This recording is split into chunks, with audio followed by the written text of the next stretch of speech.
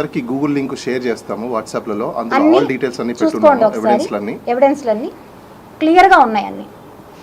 ఇకపోతే కిరణ్ రాయల్ ఏదైతే అలిగేషన్స్ పెట్టాడో నా పైన, కిలాడీ లేడీ 6 కేసులు ఉన్నాయి, 10 కేసులు ఉన్నాయి. అసలు కిరణ్ రాయల్ అనేవాడు ఏం బిజినెస్ చేస్తాడండి? కార్లో తిరుగుతున్నాడు, హైఫై లైఫ్, ఐఫోన్లు, ఇవన్నీ ఏం బిజినెస్ చేస్తున్నాడు కిరణ్ రాయల్? అసలు ఎవరు కిరణ్ రాయల్? ఏంటి నీ యొక్క లైఫ్ ఏంటి అసలు? అమ్మాయిల్ని మోసం చేసి ఆ డబ్బులతో లగ్జరీగా బతికే కుటుంబం నీది. నేను కూడా బతికానండి, ఎవరి డబ్బులు కాదు, మా ఆస్తులు మేము అమ్ముకొని మా డబ్బులతోనే మేము బతికాం. వాడలా కాదు, పరమ నీచుడు, అంటే పరమ నీచుడు. బాగున్నంతసేపు, ఆడదాని దగ్గర డబ్బులు ఇచ్చేంతసేపు దేవత, నువ్వు నా దేవత అన్నీ. అదే రివర్స్ అయితే దెయ్యమైపోతుంది. అదే ప్రకారం వాళ్ళ భార్య నెంబర్ని డెవిల్ అని ఫీడ్ చేసి నాకే ఇచ్చాడు. డెవిల్ నా భార్య ఇదే ఫీడ్ చేసుకో అని. వాళ్ళ భార్య గురించే కూడా చెప్తున్నాను ఈరోజు. మా కుటుంబ సభ్యులు అందరూ మనస్తాపానికి చెందారు అన్నారు. కుటుంబ సభ్యులు మనస్తాపమా? మీ కుటుంబ సభ్యులకి ఏం కావాలి? డబ్బులు కావాలి. నువ్వు ఇంకొక ఆడదాన్ని తీసుకొని వచ్చి నీ ఇంట్లోనే, నీ రూమ్లోనే నువ్వు ఉంటావు. నీ భార్య నీకు టీలు కాఫీలు సప్లై చేస్తుంది.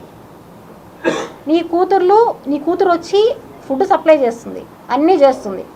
వీటన్నిటికీ ఆదాయాలు కూడా నేను మీకు ప్రొవైడ్ చేయడం జరిగింది. ఇంకొక బాధితురాలు, నేను ఇంతకుముందు మీకు ఒక 2 రిలీజ్ చేశానండి, ఆ రోజు చూపెట్టాను నేను ఒక 2.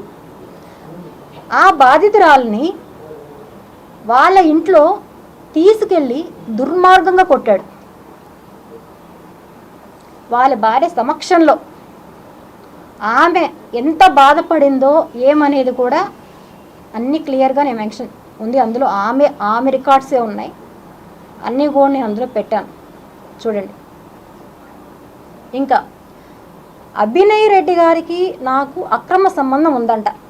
అసలు అభినయ్ రెడ్డి గారు ఎవరండి? కరుణాకర్ రెడ్డి గారు ఎవరండి? నాకే సంబంధం వాళ్ళతో?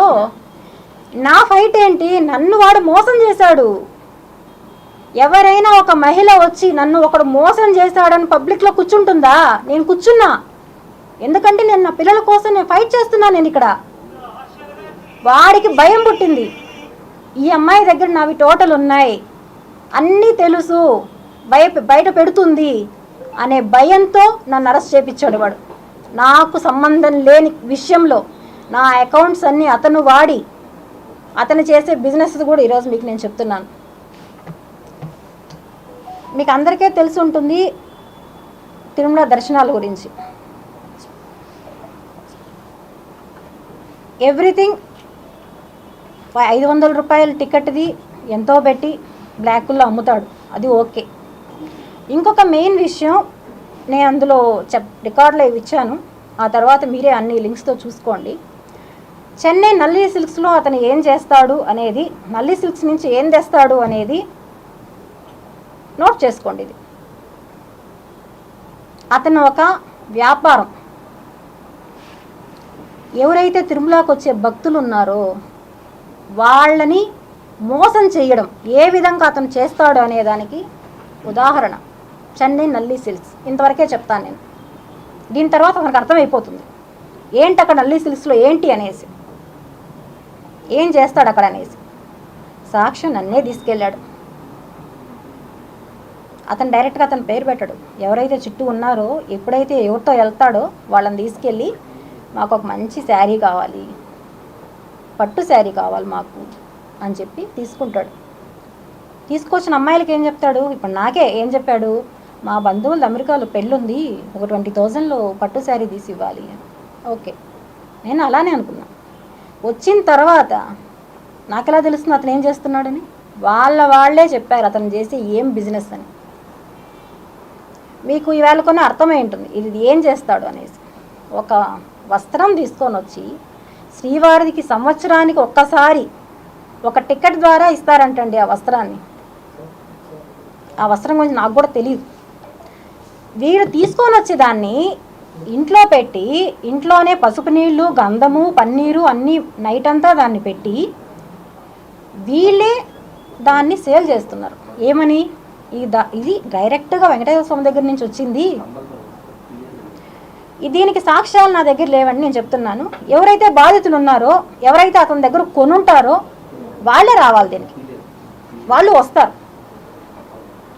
దీని ద్వారా వాళ్ళే వస్తారు. ఇదొక చిన్నది.